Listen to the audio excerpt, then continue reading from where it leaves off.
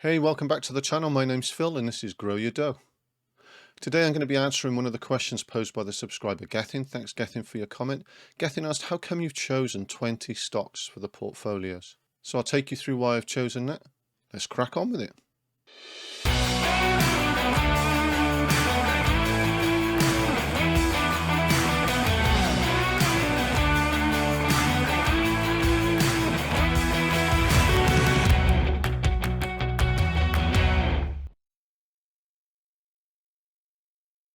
So as well as having the factor-based investing algorithms on the Stockopedia website, the team also publish really useful articles around factor-based investing and investing in general. And I want to draw your attention to this article by Ed Croft that was produced back in 2014. Ed Croft's the CEO of Stockopedia.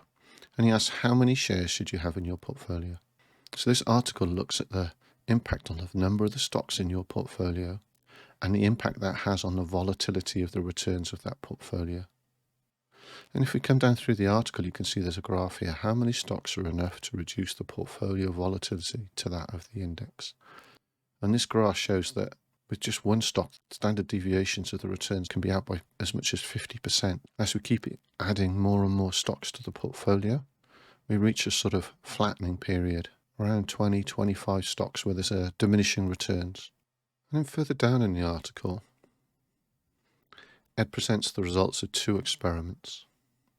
The graph on the top is 15 portfolios constructed randomly from companies over a £10 million size market cap and with a stock rank of greater than 90.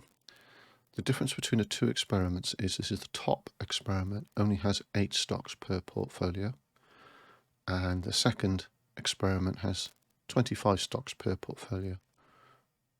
And what you'll notice is, firstly, is that all of the portfolios outperform the comparison index, which is the FTSE All Share. But the returns in the bottom graph, those with 25 stocks in the portfolio, are much more tightly concentrated. The deviation from the average return is less. Whereas in the top graph with only 8 stocks, you can see sometimes there's wild plus 60 results, and then you're coming right down to only plus 18 results. Well, for me, what I want is a consistency of returns over time. I'd prefer the bottom graph to the top graph. I don't want wild highs and crashing lows. I want a consistent return, because then I can rely on that going forward. So that's why I aim for 20, 25 stocks. I picked 20 because I think it's a reasonable number. We've already seen from the graph above that it reduces the volatility and returns.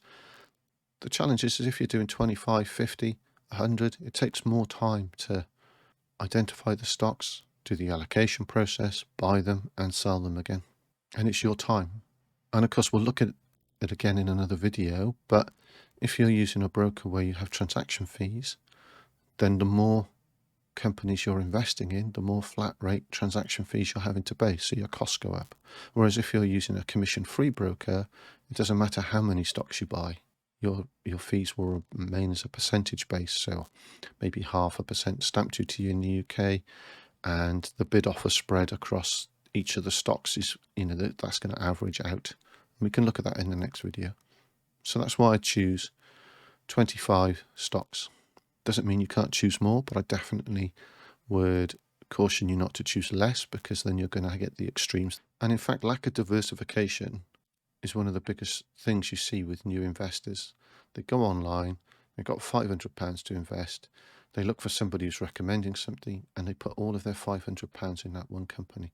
And you know what? Sometimes it might do really, really, really well, and they think they're off to the races, so they do it again, and then the next time it loses money, because they're not protecting themselves with a range of investments. And also, they might not be doing a systematic approach to investing, and they're just following the person who speaks most charismatically online about a particular firm. So selecting a range of stocks not only reduces the volatility in the returns, it also gives us an opportunity for us to spread risk across multiple sectors. So here we are looking at the Freetrade portfolio that we set up recently. And you can see that actually the investment is spread across several sectors, including the industrials, the financials, the basic materials, consumer cyclicals, and telecoms. So we're not just putting our eggs in one company, and we're not just putting our eggs in one sector. And with each of these sectors, there'll be different industry categories too. And again, if we look at the Freetrade Plus portfolio, again, this is spread across 5 sectors: industrials, basic materials, consumer cyclicals, financials and consumer defensives. And in the AJ Bell account, we get 6 sectors: industrials, basic materials, consumer cyclicals, consumer defensives, financials and utilities. So again, we're spreading our risks by selecting 20 stocks from a variety of sectors. There can be other benefits too. If we choose to split our money down into smaller investment amounts, then we can spread our risk even further by investing in international shares, so your funds aren't reliant on the one country's economic performance.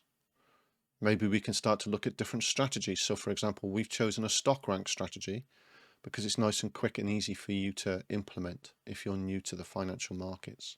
But there are other strategies out there that could be useful too, based around factor-based investing, such as high quality, high momentum investing, which is something I've used quite successfully.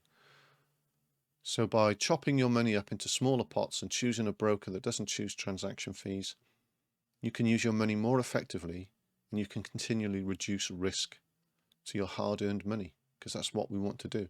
We want to grow your dough so you can secure your future. But we want to do that in a safe and reliable way that doesn't involve tripling our money in a week and then losing it all the week after. So I hope that's been really helpful for you. If you liked the video, please can you like the video down below? Consider subscribing or leaving some comments. But that's it for now. Take care, and I look forward to seeing you soon. Bye.